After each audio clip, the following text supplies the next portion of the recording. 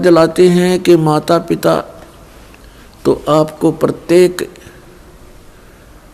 जूनी में प्राप्त हो जाएंगे। पशु बनोगे वहाँ माता पिता, पक्षी बनोगे वहाँ माता पिता।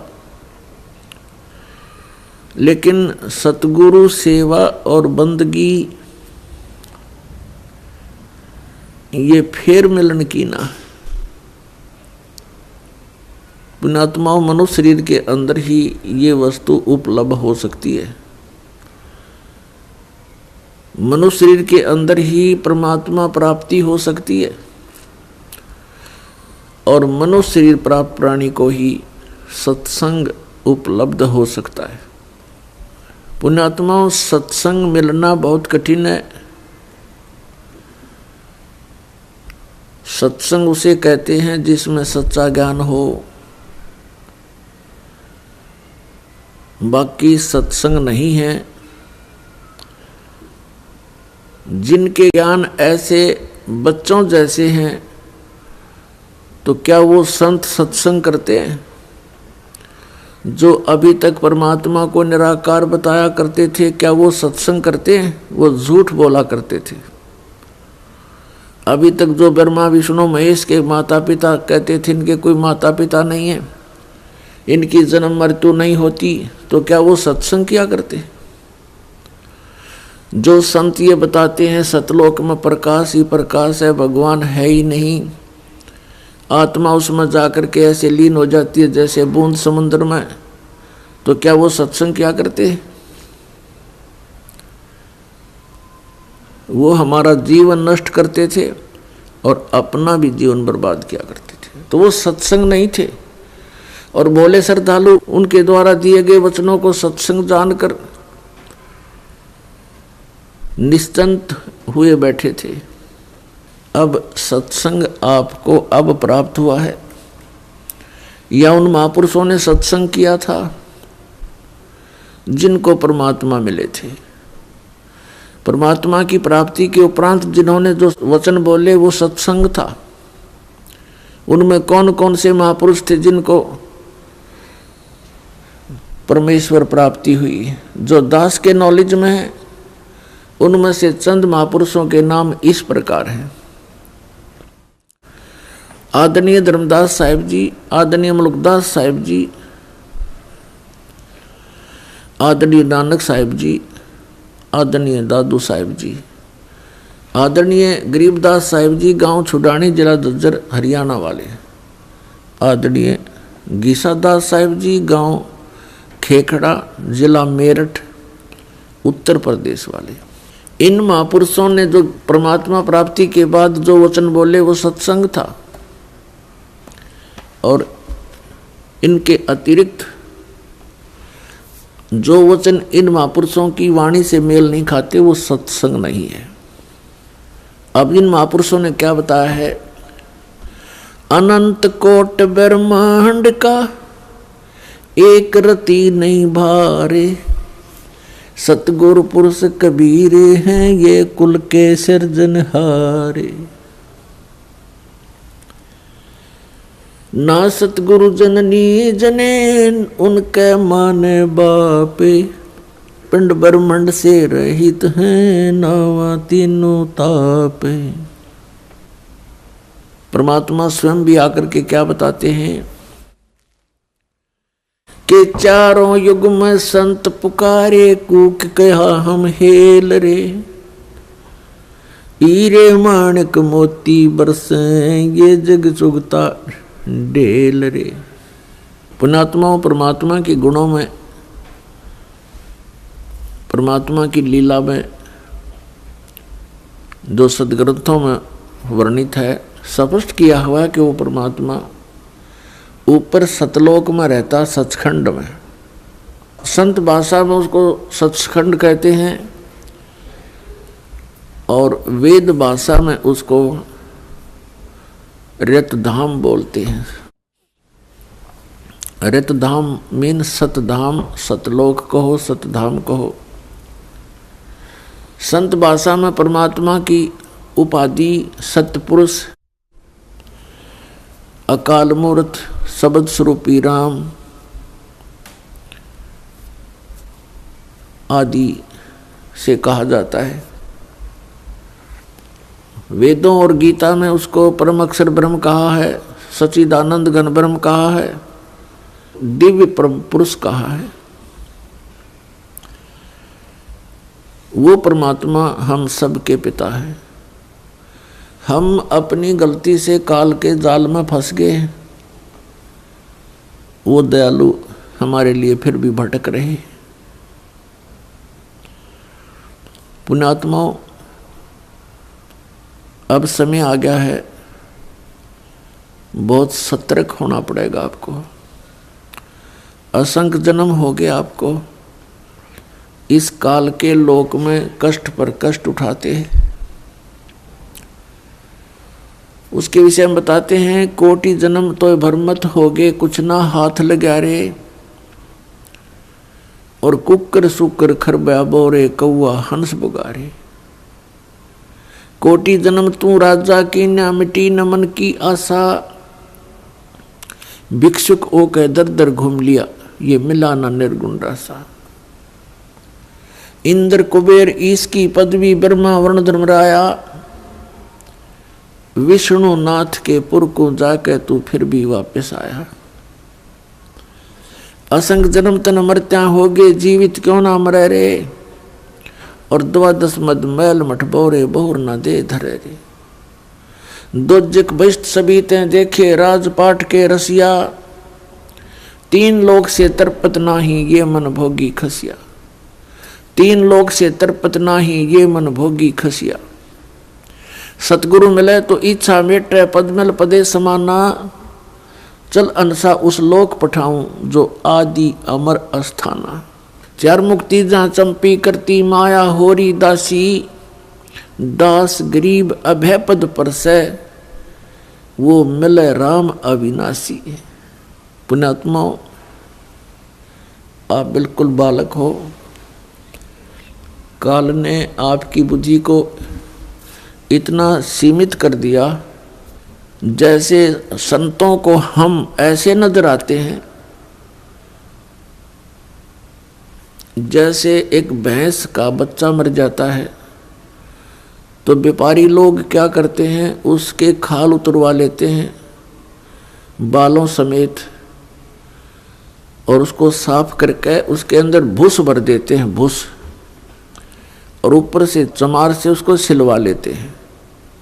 एक पूंछड़ सी लटकती रहती है, और उस भैंस के सामने उस बुत को, उस कार्टून को रख देते हैं, और उसको चाटती है, उसको प्यार करती है, उसको अपना बच्चा मान लेती है। और जब व्यापारी उसको लेकर उस कार्टून को चल पड़ता है, पीछे पीछे भैंस भी या करती फिरती है। अब उसकी बुद्धि इतनी काम नहीं कर रही कि इसमें भूस भर रखा, चाम लपेट रखा, ये तेरा बच्चा नहीं है। तो उन महापुरुषों ने जिनको परमात्मा मिले और सचखंड के दर्शन हुए, उन्होंने हम ऐसे नजर आते हैं कि इस हार्ड मांस इसके अंदर भर के ऊपर चाम लपेट दिया और ये बता दिया ये तेरा बेटा या तेरी बेटी, इस तरह तुम्हारा परिवार बना दिया। पुण्यात्माओं, आप जी ने थोड़ा विवेक करना पड़ेगा।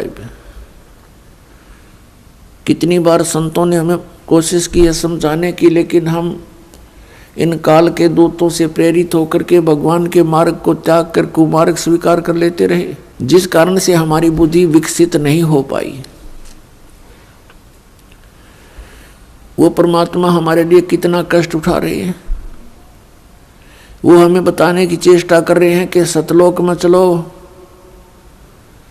वहां तुम्हें सुंदर शरीर मिलेगा, उसके अंदर ये नाड़ी तंत्र नहीं होगा, 5 तत्व से बना हुआ नहीं होगा, उसमें ना कोई रोग कोड होगा, उसमें बीपी हाई लो नहीं होगा, उसमें कभी वृद्ध अवस्था प्राप्त नहीं होगी।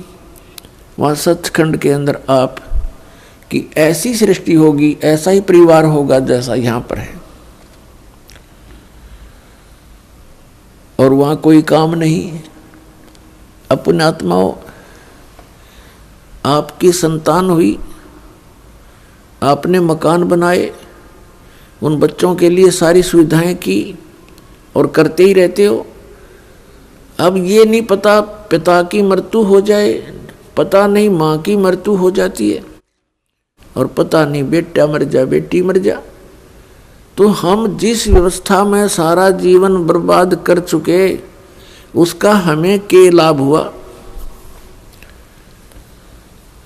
लेकिन हम सोचें क्या इसका विकल्प नहीं? हम देखते उसके साथ भी ऐसी घटना होगी, उसके साथ भी होगी, कोई बात नहीं है, तो होती रहती है। अब परमात्मा ने इसका विकल्प बता दिया, इसका अल्टरनेट बता दिया कि जब तक तुम्हारे संस्कार हैं, परिवार में आप रहो, और वो भी भगवान की आत्मा है, आपके बेटा बेटी रूप में रोल करने आए हैं, माता पिता रोल के रूप में आए हैं, तो उनको एक विशेष प्यार देना, आपस में खींचातानी नहीं बढ़ावे। इस दृष्टिकोण से कि हम उस पिता के बच्चे हैं, अगर हम इनको किसी को एक दूसरे को दुखी करेंगे तो परमात्मा नाराज हो जाएगा, क्योंकि हम पहले गणे दुखी यहाँ पर। फिर हम एक दूसरे को सतावें, कोई वचन से जख्म करें, किसी को और कोई हानि पहुंचावें, तो हम तो कौवे हो गए, कौवे, मनुष्य नहीं रहे। जैसे कौवा जख्म के ऊपर चोंच मार के खून निकाल लेता है, हमने हंस बनना है, तो हम सतलोक चलेंगे। वो परमात्मा हमारे पीछे फिर रहा है। जो जन मेरी शरण है, ताका हूं मैं दास, गेल गेल आज्ञा फिरूं जब तक धरनी आकाश। परमात्मा कहते हैं कि जो मेरी शरण में एक बार किसी भी युग में आ गया, तो मैं उसके पीछे पीछे फिरता रहता हूं और उसको पार करने की चेष्टा करता हूं। क्या बताते हैं? अनंत कोट बाजी जहां हम रचे सकल ब्रह्मंडे, कह कबीर मैं के करूं यू काल करे जीव खंड। कबीर साहब बताते हैं कि मैं इतना समर्थ हूं, ये सभी ब्रह्मांड मैंने रचे, अनंत कोट बाजी जहां रचे सकल ब्रह्मांड, और कहे कबीर मैं क्या करूं ये काल करे जीव खंड। पुणात्माओं, आपने ये अमर कथा कभी सुनी नहीं थी। आप जी ने अपने ही धर्म मजहब के अंदर चल रही कथाओं को सुना, उन्हीं के आधार से आपका माइंड सेट हो गया। अब इस अमर कथा को सुनकर बहुत दिनों में जाकर आपका विश्वास होगा, और जब आपको ये कथा समझ में आ जाएगी, उस समय देखना आपके मन की स्थिति क्या होगी। आप ऐसी स्थिति में हो जाओगे जैसे परगर पावना रह उठाए चित, जैसे दूसरे के घर में, दूसरे गांव में, रिश्तेदारी में कोई परौना चला जाता है, मेहमान रूप में जाता है, वो वहाँ रहता अवश्य है, लेकिन उसको पता है कि मैंने वापस जाना है, और उसको अपने घर की रह रहकर याद भी सताती रहती है। कहते हैं जैसे पर घर पावना रह उठाए चित, तो यहाँ से आपका ऐसे मन हट जाएगा एक दिन, और फिर सतलोक में आपका अगला कदम सतलोक में होगा। अब परमात्मा ने हमें आकर बताया कि जब सबसे पहले मैं यहाँ आपके दुखों को देखकर इसमें प्रवेश किया काल के लोक में, तो इस काल ने मेरा रास्ता रोकने की चेष्टा की, क्योंकि परमात्मा बताते मैं जोगजीत के रूप में था। जोगजीत वहाँ एक पुत्र है परमात्मा का, जो सर्वप्रथम 16 उत्पन्न किए थे, उनमें से एक है। जोगजीत जानकर मेरे साथ इसने बहुत अड़ंगा अड़ाने की चेष्टा की, लेकिन मेरी शक्ति के सामने ये हताश हो गया। फिर चरण पकड़ लिए, रोने लगा, हाहाकार मचा दी। जब मैंने इसको कारण बताया कि मैं किस उद्देश्य से आया हूँ। धर्मदास साहिब जी को परमात्मा बता रहे हैं कि धर्मदास, प्रथम सतयुग के अंदर जब मैं यहाँ आया तो इसने मेरे साथ बहुत कलह मचाई। जब मैंने अपनी शक्ति का प्रयोग किया तो इसकी नहीं पार बसाई। चरण पकड़ लिए, पैर पकड़ के कहता, जोगजीत आप किस लिए आए हो। तो मैंने इसको बताया कि मैं नीचे जाऊंगा और सभी प्राणियों को बताऊंगा कि यू परमात्मा नहीं है, यू भगवान नहीं है जिसको तुम भगवान मान रहे हो। और एक ऐसा मंत्र दे के आऊंगा, सतनाम, सच्चा नाम, उसका जाप करने वाले प्राणी को तू रोक नहीं पाएगा। और सभी को बताऊंगा कि तुम यहाँ के रहने वाले नहीं हो। तूने इन सब को नशा करवा दिया, तीनों गुणों से एक एक इंजेक्शन लगवा दिया इनको। तो ये चिंतित हो गया। इसने कहा कि हे भगवान, मुझे श्राप लगा हुआ है 1 लाख जीव आहार करने का। यदि आप इन सब को ले जाओगे तो मेरा क्या होगा। परमात्मा ने कहा कि अब मैं इनको नहीं छोड़ूंगा, तेरा हो या ना हो। फिर इसने प्रार्थना की, प्रभु कोई बात नहीं, मेरी कुछ और समस्याएं हैं, उनका समाधान कर दीजिए और वचनबद्ध होकर के मुझे आशीर्वाद दीजिए। परमात्मा ने कहा, धर्मदास मैंने वचनबद्ध होकर के इससे कहा कि बोल क्या मांगता है। इसने कहा कि परमात्मा 3 युगों में जीव थोड़े ले जाना, चौथा युग जब कलयुग आवे तब तव शरण जीव बहु जावे। ऐसा वचन हर मोय दीजे, तब तुम गवन संसार ही कीजिए। तो मैंने इसको कह दिया ठीक है, तथास्तु, कि ऐसा ही होगा। फिर इसने एक प्रार्थना और की थी कि परमात्मा जबरदस्ती ना करना हे बड़े भाई, क्योंकि जोगजीत रूप में खड़े थे परमात्मा और ये भी उन्हीं का भाई है। परमात्मा से कबीर से उत्पत्ति हुई इस काल की ज्योति निरंजन की। और इसने कहा कि हे प्रभु, ए बड़े भाई, जबरदस्ती ना करना। जो आपके ज्ञान को स्वीकार करे वो आपका, और हमारे ज्ञान को स्वीकार करे वो हमारा। आप ज्ञान दे करके अपना बनाना, बाई फोर्स ना करना। वो तो मालिक को पता। अब यहाँ प्रश्न उठता है पुण्यात्माओं बहुत सी, क्योंकि हमारे अंदर बहुत युगों से ये अज्ञान ठुका हुआ है, भरा हुआ है खचाखच। ये सच्चे ज्ञान को टिकने नहीं देता। ना जाने कितनी शंकाएं उत्पन्न होती हैं। एक शंका तो ये उत्पन्न होगी कि भाई भगवान ने जानी जान, कहते हैं परमात्मा जानी जान है, अंतर्यामी है, सर्वज्ञ है, फिर क्या उनको पता नहीं था ये ऐसे ऐसे वचन मांगेगा। इसको वचन ना देते सतयुग में ही हमें वापस ले जाते। तो ये तो पुण्यात्मा मन की बकवाद हैं, इस तरह के विचार जो जिसके अंदर आते हैं। हम सतलोक में रहा ही करते। यदि हम ऐसे टिकने वाले होते तो पहले ही ना वहीं रहा करते थे। आवश्यकता ही नहीं थी हमें यहाँ आने की, फिर भगवान को यहाँ दुख उठाने की हमारे लिए। परमात्मा को पता था कि सतयुग त्रेता द्वापर में ये प्राणी दुखी नहीं होता। पुण्यकर्मी प्राणियों को मनुष्य जीवन मिलता है सतयुग त्रेता द्वापर में, जिनके बहुत घने पुण्य होते हैं और वो सभी साधना भी करते हैं, मनमुखी साधना करते हैं, शास्त्र विधि त्याग कर भी साधना करते हैं। उनसे सिद्धियां प्राप्त अवश्य हो जाती हैं और उनके पूर्व प्रारब्ध कर्मों के आधार से, किस्मत में लिखे हुए पनों के आधार से उनको सुख होता है, शरीर स्वस्थ होता है। सतयुग में पिता से पहले पुत्र की मृत्यु नहीं होती, जो सबसे बड़ा जख्म होता है पिता के लिए। और पत्नी से पहले पति की मृत्यु नहीं होती, जो पत्नी के लिए बहुत बड़ा दुखदाई होता है। और बहुत लंबी आयु होती है, शरीर स्वस्थ रहता है, आहार बहुत ही अच्छा होता है।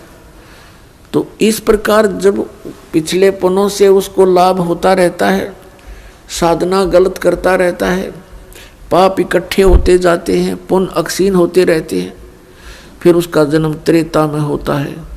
त्रेता में भी ऐसी सती थी लगभग रहती है। फिर द्वापर में होता है, हरे भरे वृक्ष होते हैं, सब जगह जंगल होते हैं, फलदार वृक्ष होते हैं, समय पर वर्षा होती है। तो इस प्रकार ये सोचता रहता है कि जो साधना पूजाएं मैं कर रहा हूँ इनसे मुझे लाभ हो रहा है, अज्ञानता के कारण। तो परमात्मा के ज्ञान को जो पहले वाले साधना से बिल्कुल हटकर होता है उसको ये प्राणी बिल्कुल स्वीकार नहीं करता। अब कलयुग के अंदर ये प्राणी बिल्कुल कर्महीन हो जाता है, पापों की गठड़ी बांध लेता है और पुण्य इसके पास रहते नहीं।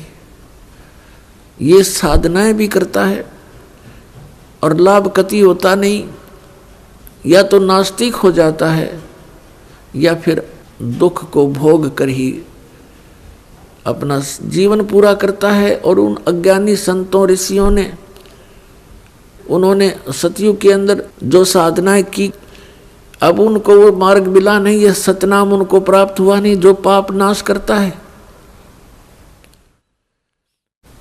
और जिस कारण से उन्होंने अज्ञान सिद्धांत बनाकर समाज में प्रवेश कर दिया कि कर्म तो भोगना ही पड़ता है,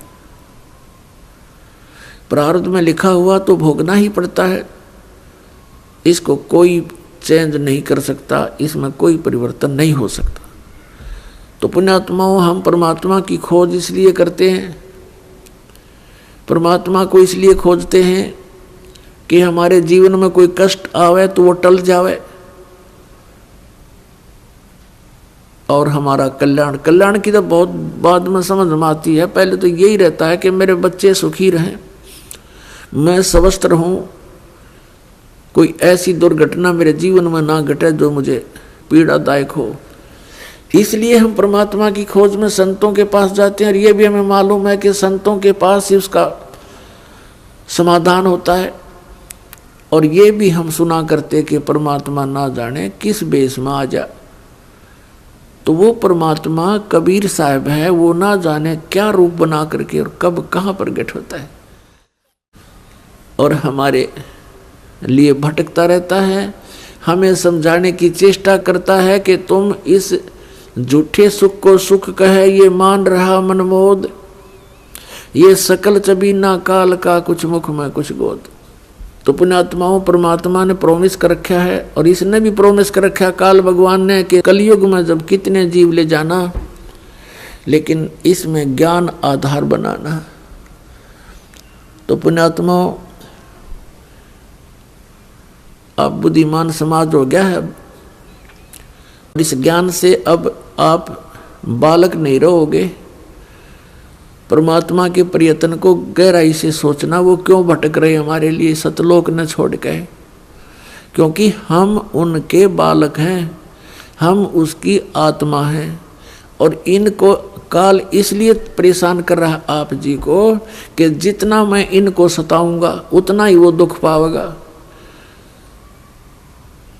अपने आत्माओं, आप बालक हो, ये हमारे साथ क्यों प्रतिशोध ले रहा कि इसने वहां पहले तो तप करा, फिर तप करा, फिर तप करा, 3 बार, उससे इसने 21 ब्रह्मांड प्राप्त किए, फिर 5 तत्व 3 गुण परमात्मा ने इसको दे दिए कि ले जाओ खेल खिलौनों से। फिर हम इस पर आसक्त हो गए, हम परमात्मा को भूल गए, अपने भगवान से मन हटा लिया, जो हमें सब सुविधा सब सुख देवा था उससे मन हटा करके एक हीरो की तरह हम इसको चाहने लग गए, जिस कारण से हम भगवान के दिल से उतर गए। और देखो सेब कितना अच्छा फल होता है, यदि वो सेब खराब हो जाता है तो वो दुकानदार उसको रखता नहीं, उसकी आत्मा बहुत दुख पावे। एक सेब खराब हो गया, बार फेंकना पड़ा कूड़े में, तो हम वहाँ खराब हो गए थे भाई बच्चों। तो परमात्मा का आत्मा बड़ी दुख पाई कि ये औरों ने भी खराब करेंगे यहाँ पर, इसलिए हमें हमारी ही इच्छा से इनके साथ भेज दिया कि तुम जाओ फिर यहाँ से डेलो टिंडेस के साथ जाके। अब इसने फिर अलग ब्रह्मांड के अंदर परमात्मा ने व्यवस्था की, एक जिस आत्मा ने सबसे पहले स्वीकृति दी थी इस काल के साथ आने की, उसको एक लड़की रूप बनाया जिसको अब दुर्गा कहते हैं। उसके अंदर हम सभी को बीज रूप में भर दिया और उसको शब्द शक्ति दे दी कि बेटी तू जितने जीव कहे यू काल उत्पन्न कर देना, वचन से बोल देना, उतने प्रकट हो जाएंगे। पुण्यात्माओं, हम अज्ञान को सुन सुनकर स्थान स्थान पर हमारा माइंड, हमारा मन अड़ जाता है कि ये कैसे हो सकता है। जैसे एक समय ऋषि वाल्मीकि जी ने एक कुशा से डाब से पुत्र बना दिया था सीता के लिए और पालने में लुटा दिया बना करके। सीता जब कपड़े धोकर आई तो पुत्र को देखकर पूछा, पिताजी ये पुत्र किसका है? कि बेटी क्या बात, आपका नहीं है? कि मैं तो पुत्र को साथ लेकर गई थी कपड़े धोने के लिए। ऋषि जी ने सोचा था कि लड़की के बच्चे को कोई उठा ले गया है, जंगली जानवर वारो रो मर जाएगी, इसलिए उसने एक लड़का उत्पन्न कर दिया है जिसका नाम कुश रखा और लव सीता से उत्पन्न हुआ था श्री राम के सहयोग से। तो कहने का भाव ये है कि उस ईश्वरीय शक्ति को थोड़ी बहुत संग्रह करके ये ऋषि लोग भी चमत्कार दिखा देते हैं और वो तो परमात्मा के पास तो ये चमत्कार थोक के भाव के हैं। तो ये अलग ब्रह्मांड में जब रखा तो दुर्गा के साथ इसने दुर्व्यवहार करना चाहा। दुर्गा ने इसे बहुत प्रार्थना की कि मेरे से ये जुल्म ना कर, तू मेरे पास वचन शक्ति है, मैं जितने जीव तू कहेगा मैं उत्पन्न कर दूंगी। पिता ने वचन दे रखा, इसने नहीं माना, बकवाद करी, उसके साथ जोर जबरदस्ती करनी चाहिए तो लड़की ने उसके पेट में शरण ले ली सूक्ष्म रूप बना के। तब परमात्मा ने जोग जीत रूप में आके उस ब्रह्मांड में इसको कहा था कि आज से तुझे एक श्राप लग गया, 1 लाख मानव शरीरधारी प्राणी जीव खावेगा, 1.25 लाख उत्पन्न करेगा।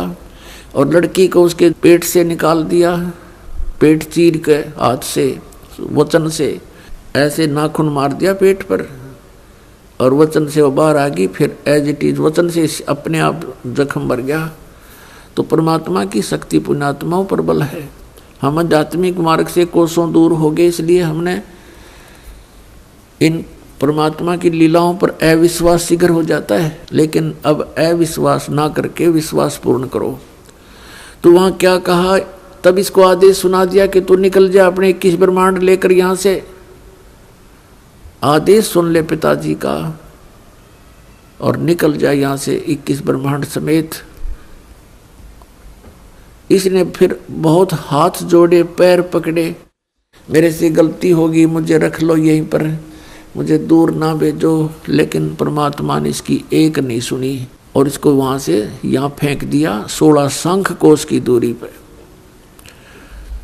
नील पद्म शंख 16 शंख कोश, 1 कोश लगभग 3 किलोमीटर के आसपास होता है। इतनी दूरी पर आ गया ये सतलोक से इसका पूरा विमान 21 ब्रह्मांड का। तो इसने उसके बाद से परमात्मा से प्रतिशोध लेने के उद्देश्य से हमें या इतने दुख देता है कि एक पल भी चैन से ना टिक सके, सांस ना ले सके। अब देखते हो पुण्यात्माओं, पशु पक्षी ये कितने कष्ट उठाते हैं। आप देखते हो मनुष्य जीवन में कोई सुखी है? इस झूठे सुख को सुख मान बैठे हैं हम। और परमात्मा हमें याद दिलाते हैं आकर के कि तुम काल के जाल में हो। आप जी को इसने मिसगाइड करके इतना ही सीमित कर दिया आपकी बुद्धि को, संतानों उत्पत्ति को ठीक कर लेना सारा जीवन, ये सोच करके बुढ़ापे में सुखी होऊंगा मैं, बुढ़ापे में मेरा जीवन ठीक कट जाएगा, बढ़िया कोठी बना दूं, बच्चों को सुखी कर दूं, गनाए धन बना दूं। अपने आत्मा बुढ़ापे तक, पहली तो ये बात है कि बुढ़ापे तक आप रहोगे कि ना रहोगे, वृद्धावस्था तक। और वृद्ध अवस्था होने के बाद फिर सुख कहाँ से? वृद्ध अवस्था में सपने में भी सुख नहीं है। तो हमारी सारी ही सोच इस टाइप की थी जो हमें केवल दुख दे सकती है, सुख नहीं।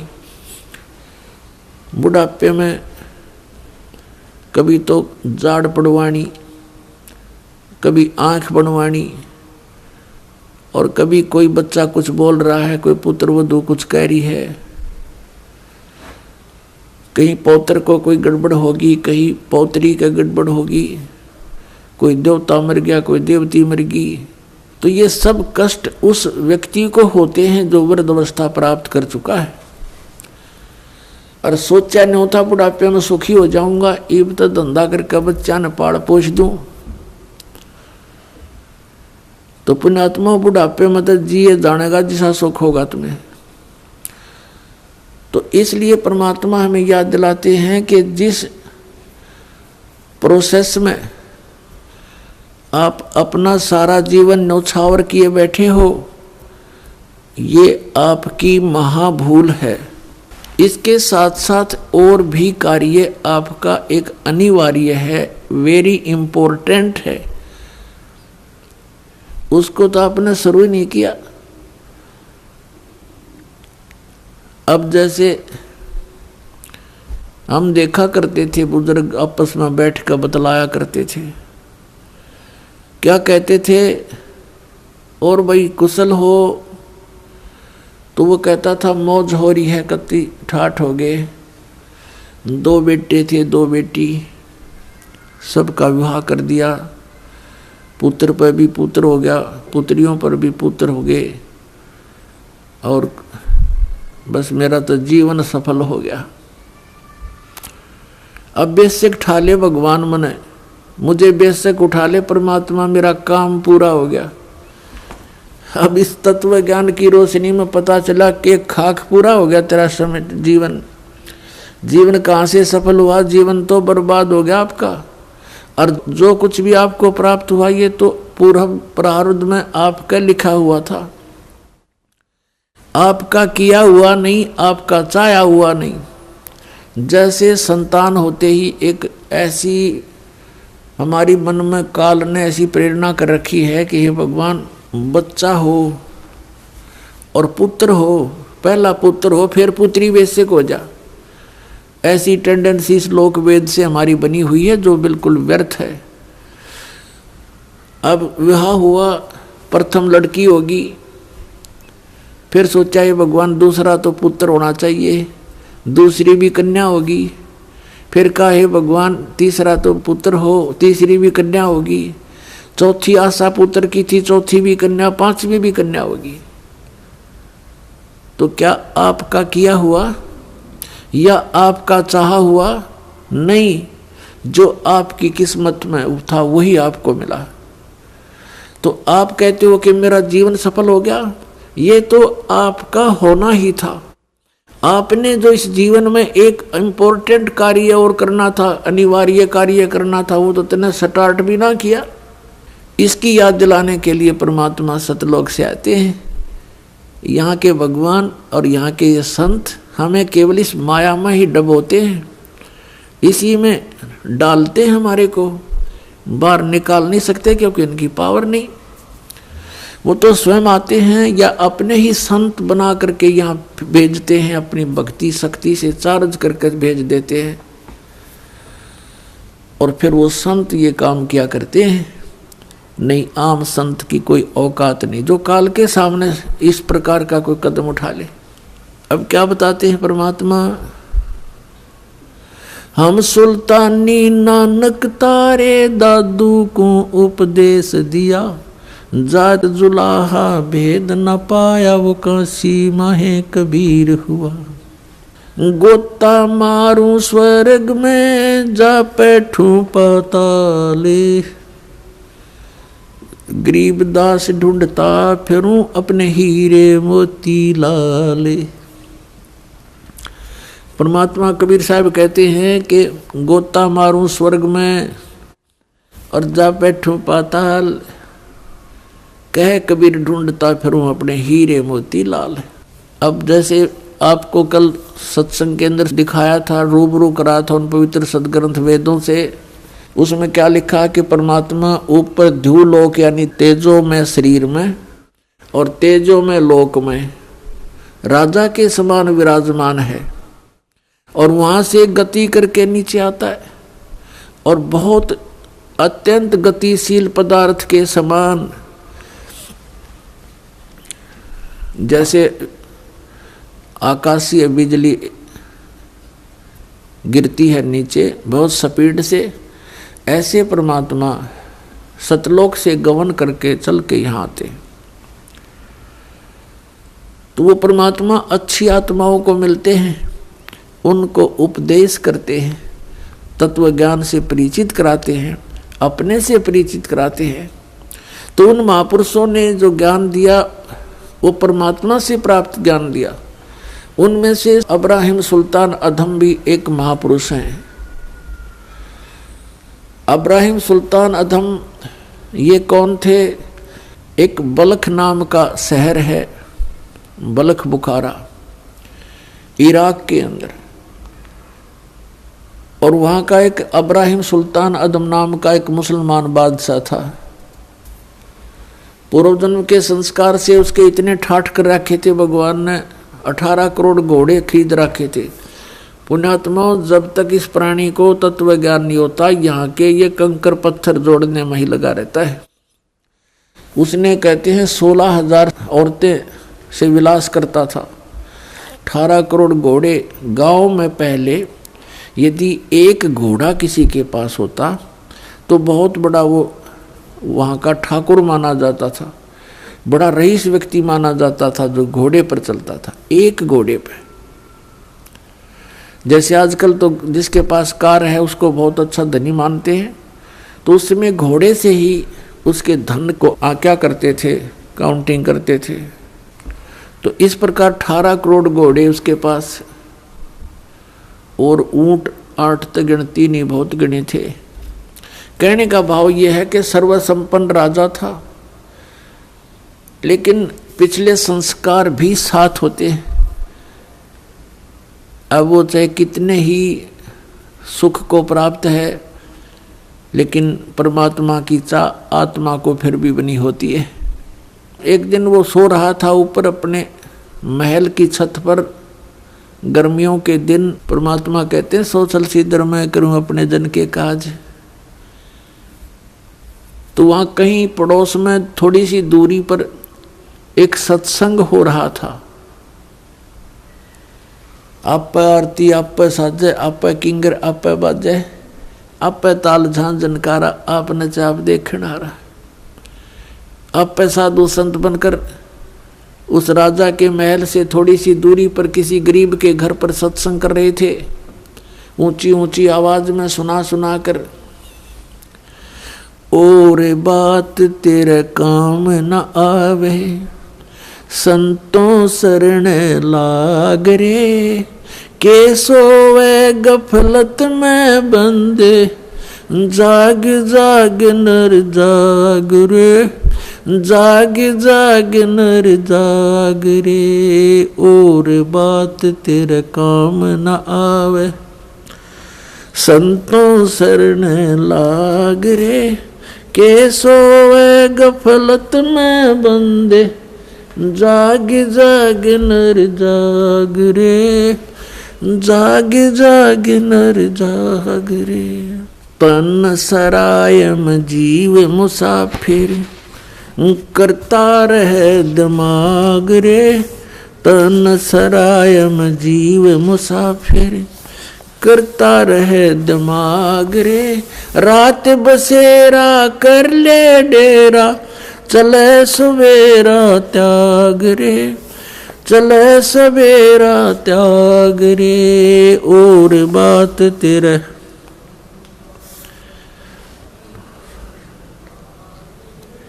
के सोए गफलत में बंदे, जाग जाग नर जाग रे, जाग जाग नर जाग रे। इस तन सरायम जीव मुसाफिर, करता रहे दिमाग रे, इस तन सराय में जीव मुसाफिर करता रहे दिमाग रे। रात बसेरा कर ले डेरा चले सवेरा त्याग रे, चले सवेरा त्याग रे। और बात तेरे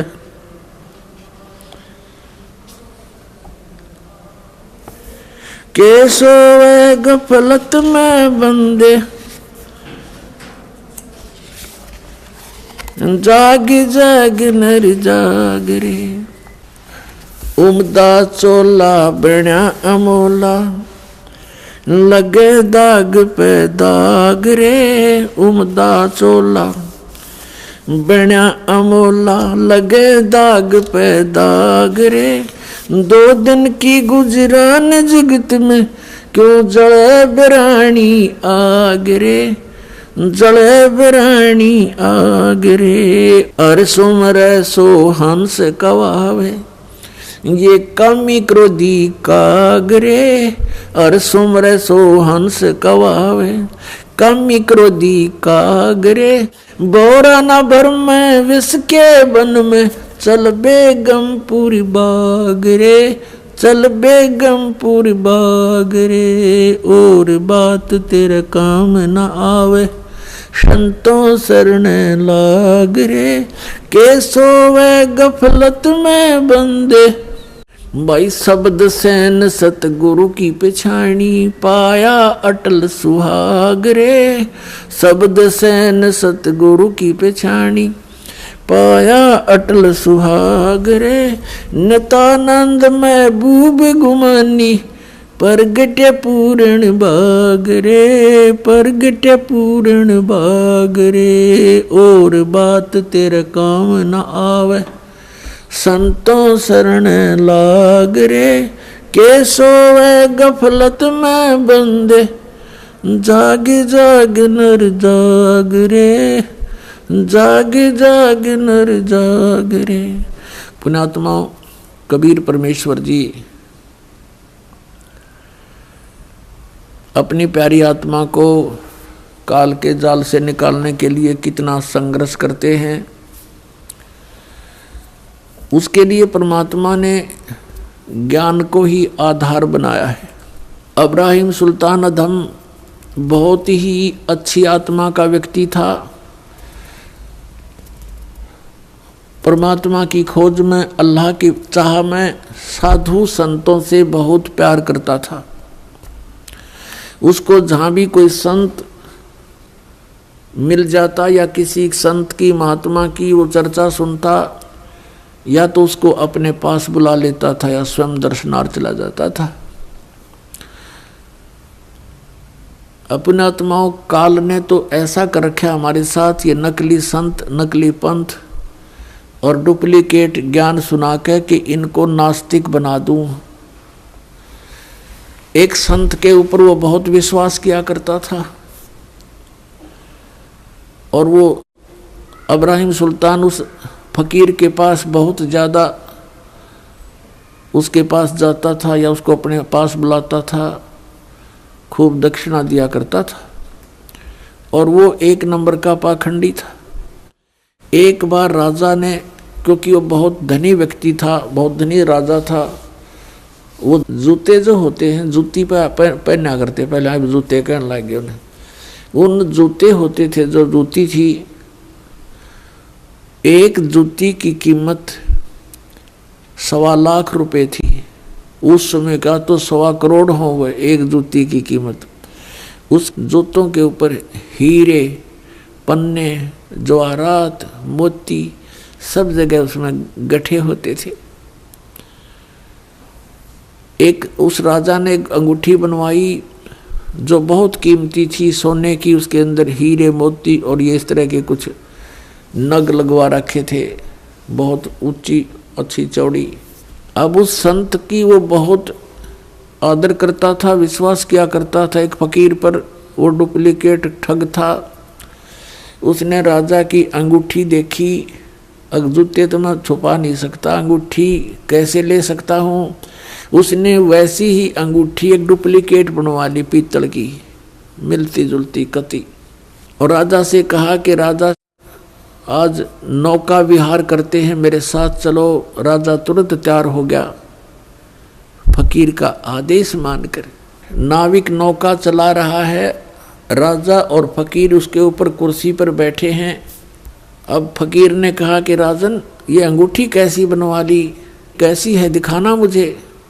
अंगूठी कब बनवाई? कि जी अभी बनवाई है, कुछ दिन हो गए, कई बार पहन ली, आपके ध्यान नहीं गया, देखो देखो निकाल कर।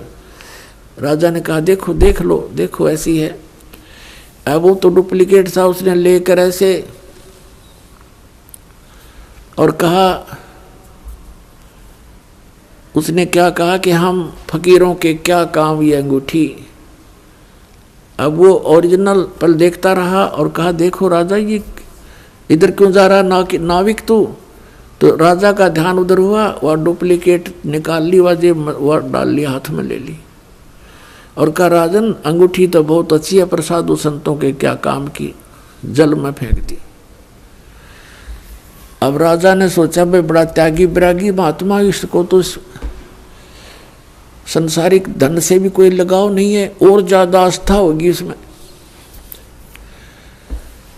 फिर खूब वो दान दे राजा, वो कहने हमें क्या जरूरत है, हमें क्या जरूरत है, कोई नहीं दे दे, हम लगा देंगे, इधर भंडारा कर देंगे। अब नाट्य वीर ले भी ले, भोली आत्मा जो होती है वो श्रद्धालु, वो केवल अपने स्वभाव का ही प्रयोग करते हैं, सामने वाले की बकवादों पर ध्यान नहीं देते हैं।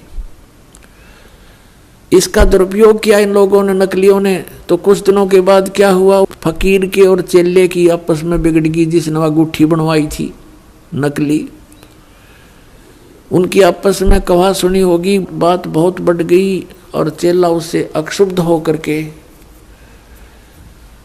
उसने मंत्री से संपर्क किया, राजा के मंत्री से, कि ऐसे ऐसे इसने राजा के साथ धोखा किया है, ये धोखेबाज ठग व्यक्ति है। वो अंगूठी जो इसने जल में फेंकी थी वो डुप्लीकेट थी, मैंने इसको बनवा कर दी थी, इसने मेरे से बनवाई थी। ये बात फकीर ने राजा के सामने डरते डरते कही कि कहीं राजा नाराज ना हो जा के साधु संतों के बारे में ऐसे नहीं बोलना चाहिए। राजा इतना विश्वास करता था कि पूछा, वजीर तेरे को किसने बताया है? वो चेला बुलाया कि इस चेले ने बताई है। उस चेले से कहा कि फकीर के बारे में ऐसी बातें करना बच्चा पाप लगता है। उसने कहा जी मैं कसम खाकर कहता हूँ ये निकम्मा आदमी है, ये भक्त नहीं है, संत नहीं है। राजा बड़ा विश्वासी था, उसने कहा कि देख ले भाई चेला राम, जया बात झूठी पागी तो तेरी गर्दन काट दूंगा। नो बोला जी बेस से काट दियो। राजा ने देखा कि बड़ा कॉन्फिडेंस से बात कर रहा है।